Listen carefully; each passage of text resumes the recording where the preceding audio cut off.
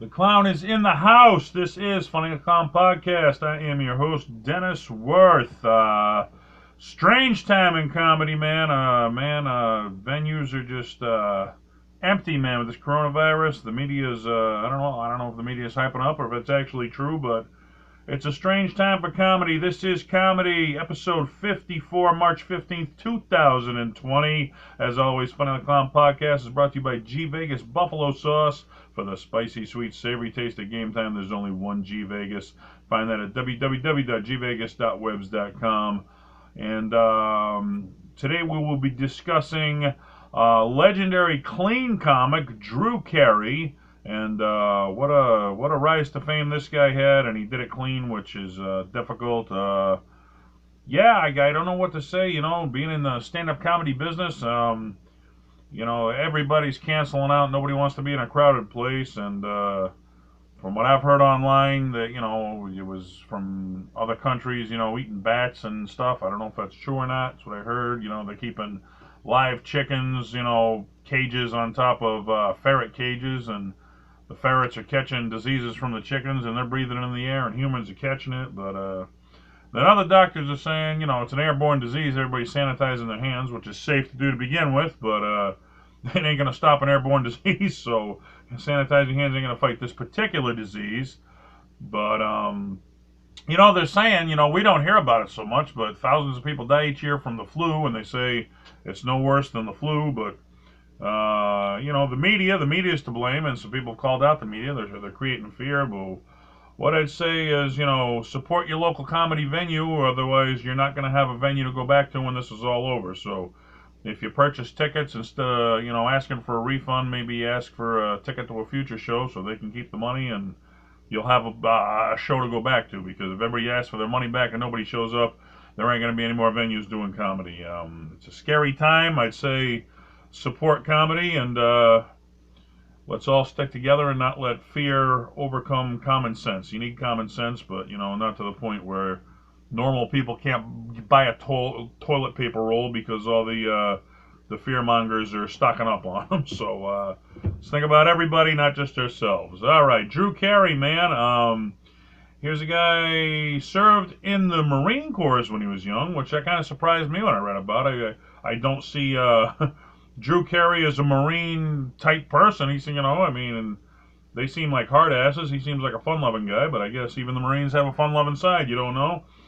He was a sergeant, which, that was his rank, so I guess sergeant in the Marines, I guess he's a tough guy we didn't know. Who knew? Drew Carey could whoop some ass, man. After he got out of the Marine Corps, he started stand-up comedy, made a name for himself there. He went on to do the Drew Carey Show, which everybody remembers him for. He did Whose Line Is It Anyway? Both of those airing on CBS. Currently, since 2007, he's on The Price is Right, which is the all-time game show right there. Things I didn't know about him, he's actually, aside from comedy, he's the minority owner in a Major League Soccer team, the Seattle Sounders FC team. He briefly participated in pro wrestling. 2001, he was part of the Royal Rumble, and then he was inducted in the WWE Hall of Fame in 2011. And again, I couldn't see him being a sergeant in the military, and I can't see Drew Carey wrestling. But he's an old man now. Who knows what he did back in the day? Good for him. He didn't hold around. I guess if you want to know about him, read his autobiography, Dirty Jokes and Beer, which, who don't like dirty jokes and beer? That's right up my alley right there. Which is funny because, Dirty Jokes and Beer is his autobiography, and he worked clean. He made a name for himself as a clean comic, which, hats off if you can do that, I grew up watching dirty comedy. That's what I found funny, and that's how my head rolls. And, you certainly work a lot more in comedy if you work clean, and you got to read your crowd. If I walk into a bar show with a bunch of 20-year-old kids, I tell dirty jokes and they love them. If I go to a big hall show and there's a bunch of 60-year-old people, then I got to tell clean jokes, because as funny as the dirty ones may be, they're not buying it. So you got to read your audience, they call it in comedy. And certainly I respect people who can work clean more, because to me it's not easy to do. They say it's a lot easier to make a clean joke dirty than it is to make a dirty one clean. And even when I try to, not that I swear so much in my routine, because I don't, but I pick some off subjects that I talk about, and you see people just uncomfortable. Talk about something else, would you? I don't want to talk about this, but everybody's got a different taste in comedy, and a good comedian will be prepared for anything. You know, if they like the dirty stuff, you go with it. If you don't, you switch over to clean. If they like that, you go with it. But I mean, every crowd's different, and you got to know how to handle every crowd in comedy. And it takes years and years and years of experience to craft that art. You know, you can be as funny as you want, okay? But you know, being funny is only a part of comedy. You got to know how to handle different crowds. You know, some want to laugh, some don't laugh. What's going to get this in particular crowd to laugh? That's the art form right there. Let's see. Drew wrote jokes for a friend. He was a disc jockey on radio, and he wrote, you know, jokes for his friends to use on radio. At the suggestion of that disc jockey, his friend, he said you should try comedy. He started doing open mics. He actually won an open mic, and from there he went on to be master of ceremonies at a Cleveland comedy club. So, you know, he's doing good. If he's winning, which most comedy contests, I got to say, they're fixed. The ones that I go to, they pretty much know who the winners are before the contest even starts. I mean, there are some that are legit, but those are more the smaller level ones. When you hit the bigger level ones at the club, you know, they know who's going to win. But you do it for exposure. Even if you don't win, you get seen by the club owner, and that might catch their eye and might lead to later work. But hats off to him for winning that one. From there, I actually saw him on this. In 1988, he was on Star Search. That was his first big break, I guess. And you know, I wasn't even that big a fan of the show, but I happened to be watching that particular night when Drew had his debut on Star Search. It was funny. I remember he had a tie, and he had like a coat hanger in the tie, and he was doing all kinds of crazy stuff with it. Yeah, might be on YouTube. Google it. It was a great routine, but he made you laugh. He worked clean, and it was a great start for him. And back then, it was a great mecca. Star Search, I guess, back then was the American Idol of today, or you know, the you know, great talent search of the time. It was, I guess. And that led to 1991. He got a break on the Tonight Show during the Carson era, and you know, just being on. Everybody says, you know, I was on the Tonight Show. I go, well, what era? Because if you were on in the Carson era, it's such a bigger credit. Not that it's a small credit being on now, but it was a special time back then. If you were on in the Carson area, that's known in comedy as a special time, and just to get on was an honor. And if you wanted the ultimate honor, when you got done your set, you'd look over to Johnny sitting at the desk, and if he gave you the wave, that meant come on over, you did a good job. And then you even hit another level, you know, where he talked to you on the couch. You know, and if he didn't like you, he'd just go to commercial. So if you got the wave or if you got the okay, come on over, right there. You were just a made comic back then where, you know, it's a great honor getting on the Tonight Show nowadays, but you're not a made comic, okay? You're at the top of your game maybe, but you're not just automatically selling out venues for being on that one appearance. It don't happen. After that, he was on the 14th annual Young Comedian Special on HBO, and you know, I got to tell you, that opened up pay television. I was there. I'm dating myself here, but I was there for the time, and it just opened a whole new mecca for comedy because while Drew did work clean, back then, if you were a killer dirty comic, it didn't matter. There was nothing they could do. You couldn't get them on TV because the FCC, you know, they wouldn't let you wouldn't let you air it. And, you know, I remember Bill Hicks, they once wanted him to come on onto, what was it, the Late Show with David Letterman, but they said, you know, if you come on, you got to clean it up if you come on. It's like, so I've done such a good job in comedy, you want me, but then you want me to change my act when I go on your show, and he wouldn't go on for the longest time because, you know, he said, you know, I want Bill Hicks to be on, but then tell him don't be Bill Hicks, you know. So that was a great analogy, I thought, you know. But I mean, once the HBO comedy came in, you could pay television. It's like Sirius Radio now. You can say whatever you want, do whatever you want. It opened up some of the funniest comedians of our time. That opened up such a new level for them. Just to get on those, Rodney Dangerfield put them together year after year, and I mean, just so much talent. Kinnison, Roseanne Barr, Tim Allen, just legend after legend. You know, Drew Carey, obviously, another one who got on there. And, you know, this is before you're big and popular. That's why they call it the, you know, the Young Comedian Special. This is the next generation that's being brought to you.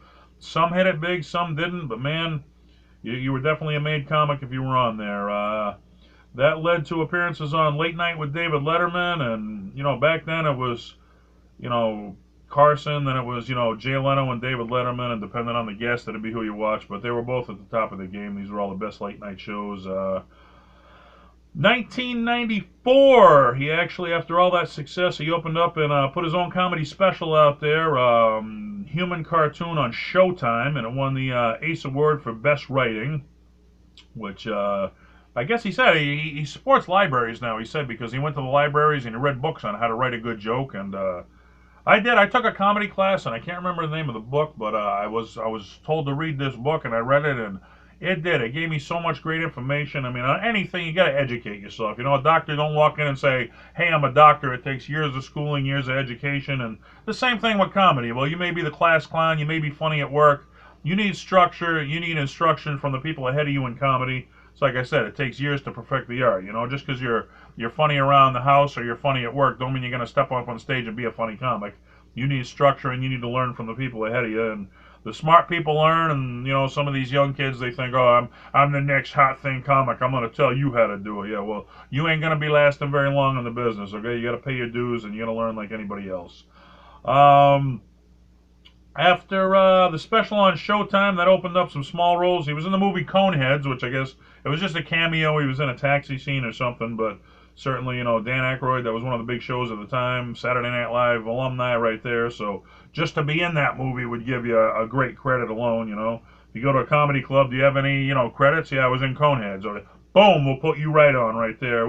Don't matter if it was a small role, you were in the movie. So that's how you start out, by doing small things. Nobody starts at the top. I wish these young kids that get that. Everybody thinks they're going to be headlining their first week in comedy, and they don't. They got to pay their dues, and everybody thinks they're ready. And you know, somebody had to tell me I wasn't ready. I didn't want to hear it. I was getting as many laughs as everybody else, but looking back now, they were right. Because although I was funny and having good sets, I didn't know how to handle every situation yet. You know, you need to learn how to handle every situation in comedy.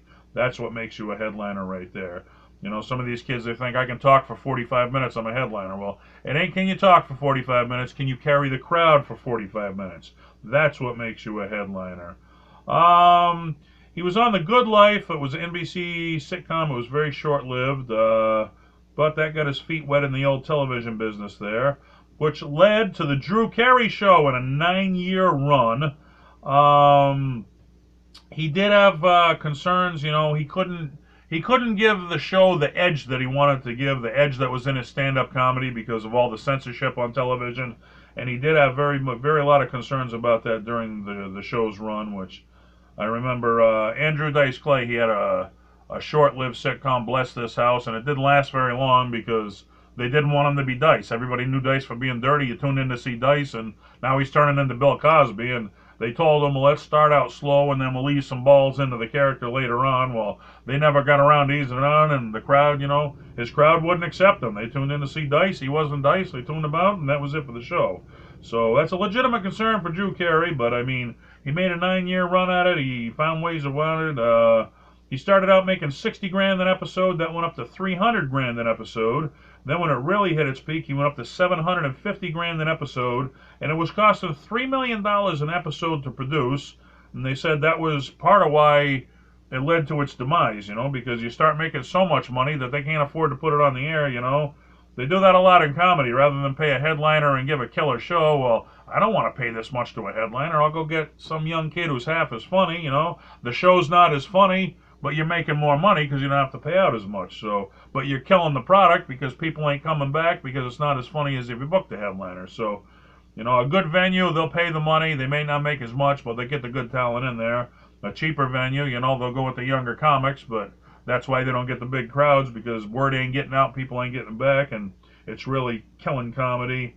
Half the genius of the show was, I guess, and this was on this show, the Drew Carey Show. I was a fan of his comedy, but it was on a night where I had to work, and I never caught the show. I mean, I saw a few reruns. I did enjoy the ones that I saw, but I never got heavy into the show because it wasn't on my time schedule that I could watch it, which I probably would have had it been on one of my nights off. But half the genius of the show was his interaction with Mimi, who was one of his coworkers there, and you know, having a good, you know, who's Abbott without Costello, who's Laurel without Hardy, you know, having that counterpart to make your magic click. You don't always find that magic. They were able together to find that magic. I relate to, you know, the show Roseanne. You know, while Roseanne Barr was the star of the show, John Goodman, I thought, really carried that show, you know. I mean, she was the name, she was funny, but without John Goodman, without that click, the show wasn't much, you know.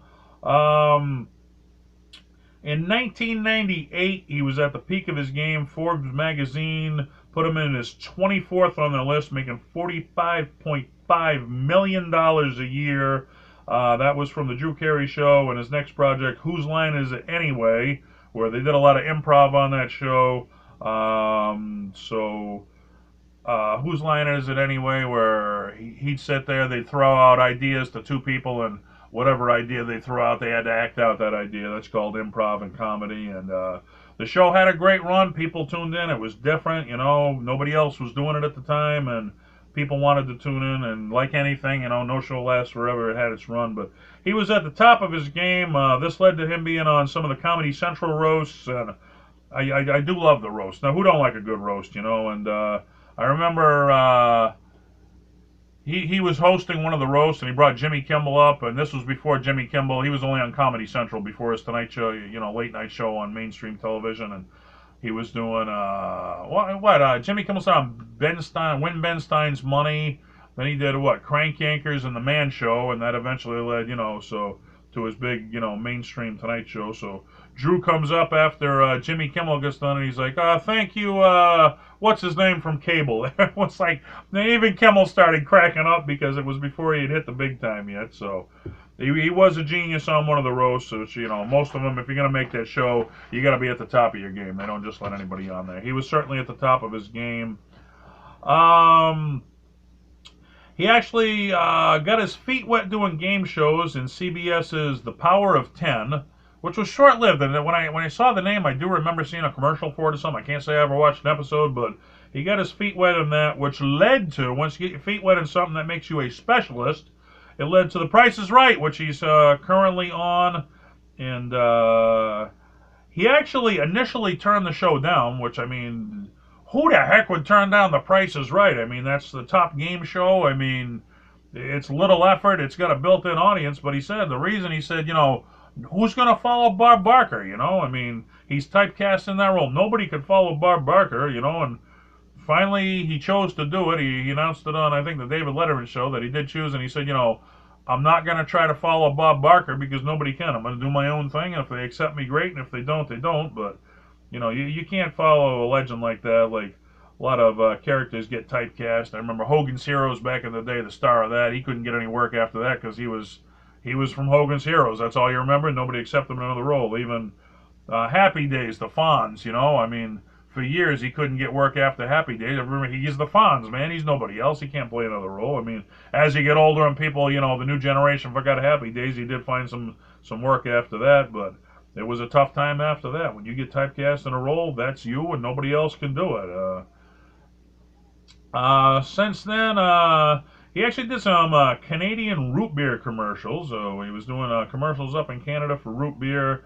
There was some controversy with them where he ended up suing them. I guess he did something with McDonald's logo on his TV show, which was a breach of the contract. So he sued him. They got in a big legal battle over a root beer commercial. But hey, you know, if you sign the guy on, he wants his money, and I don't know, if you're advertising something other than their product, I guess they don't want to pay you. So welcome to show business. He did Disney Sounds Dangerous, where they follow him around with cameras in Disney World and stuff. He did a cameo in the movie House Party. He was in The Sims computer game, and I remember The Sims. I don't know why I remember it, but I seem to remember that from somewhere.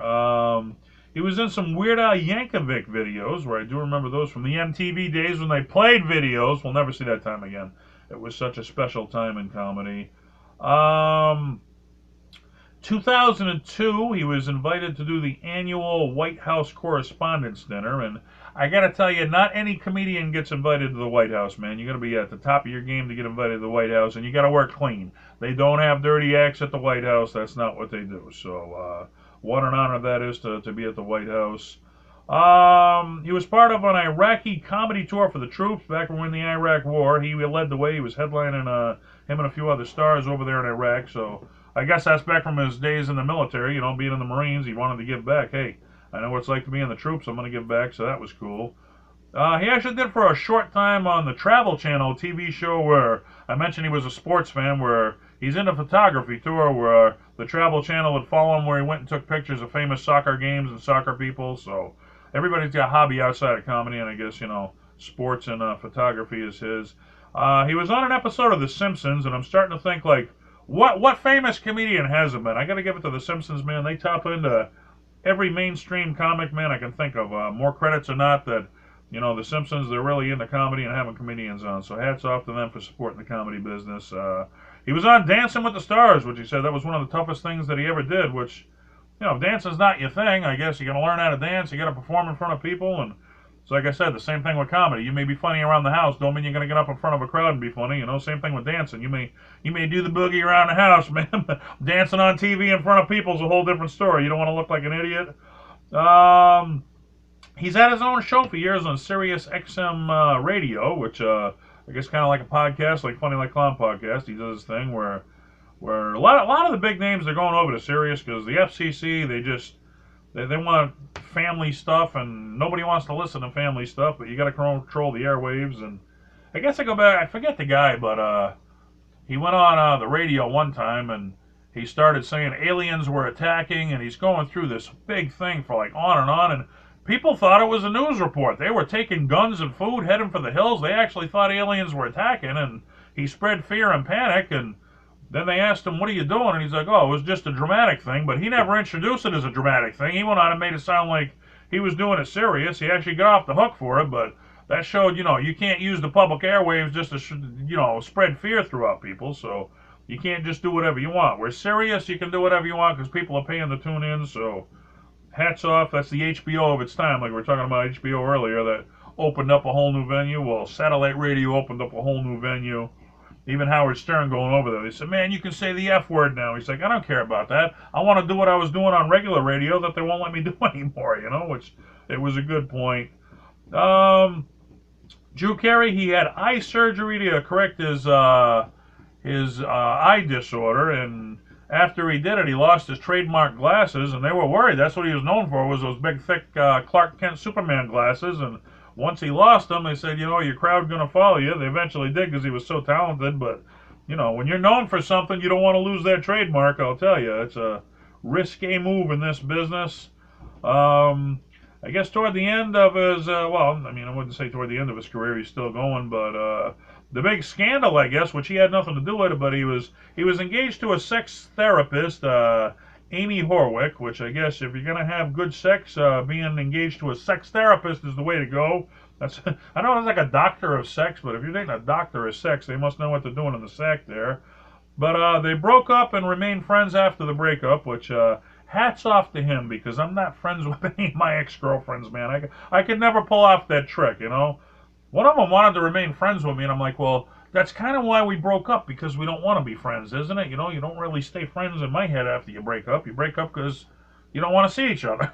but hey, if that's your thing, if you can see each other after you break up, hats off to you. Nothing I can really pull off. Maybe I haven't reached adulthood. I don't know. Maybe everybody's different, but I'm probably most of my exes don't like me very much. I don't know, but hey, I don't like them either, so fuck that.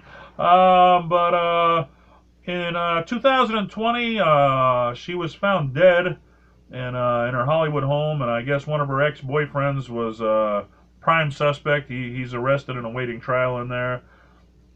And this still shook him up because, this was still the love of his life, even though they were engaged to be married and they called off the wedding and remained friends. Certainly, the love of your life. I've dated a lot of girls, but I can say, even when I thought I was in love with some of the women, when you finally actually fall in love with someone, you realize what love is. I realized I was never in love until I found one girl, and I guess that's your soulmate when you finally find that person. And he found that person for whatever reason, they didn't go through with the marriage, but I can only imagine, dating somebody, still caring for them, remaining friends, and finding out they were dead. Man, life's tough. It deals you some blows. Everybody deals with death differently, but what a storied career, man. He paid his dues, which a lot of comics don't want to do nowadays. He worked his way up, and I'm doing a lot of good things in comedy. Everybody asks me, man, how do you do that? How do you do that, man? You must be funny. And I'm like, being funny is only part of it. I do the big things I'm doing because I outwork everybody. Everybody wants to be Kevin Hart said it. Everybody wants to be famous. Nobody wants to put in the work. Everybody, oh, you hand it to me. You hand it to me. I'm wicked funny. You hand it to me. Well, there's a whole lot of comics out there wicked funny. What makes you different than them? Okay, you got to outwork them. That's what makes you different. And this guy, he did the work. I mean, The Price is Right. He'll forever be remembered. A classic sitcom show. His stand-up, and all started, buying a book at the library and writing jokes for a friend of his who did a radio show. It all started with that. So you never know where you're going to find you funny, but keep you funny because laughter is the best medicine. Don't ever lose that. And I guess to this day, still, he donates thousands and thousands of dollars to libraries to keep libraries open because, we're all going to the internet. We're going to tablets. I don't even know who uses the library anymore, Very few. That's why I'm surprised Barnes & Noble stays open because these kids are looking, what's a book? What's a book? I got on my tablet, I read stuff. That's the day and age we live in. But, hey, library's free. Don't ever forget it. And it's certainly a great mecca and a great place to get you started on any subject, educating yourself. So, Drew Carey, legendary comedian, hats off to his career. He keeps them laughing. You keep laughing. This is Funny.com podcast. Hopefully I'm keeping you laughing. I'm keeping you informed. We're tuning in. Support your local comedy club, man. If they ever need you, it's now. So please get out there and keep laughing. Don't let fear overcome common sense. And, don't ever lose laughter, because if you lose laughter out of your life, what else is there, man? There's just misery. Keep laughing, folks. Till next time, good night.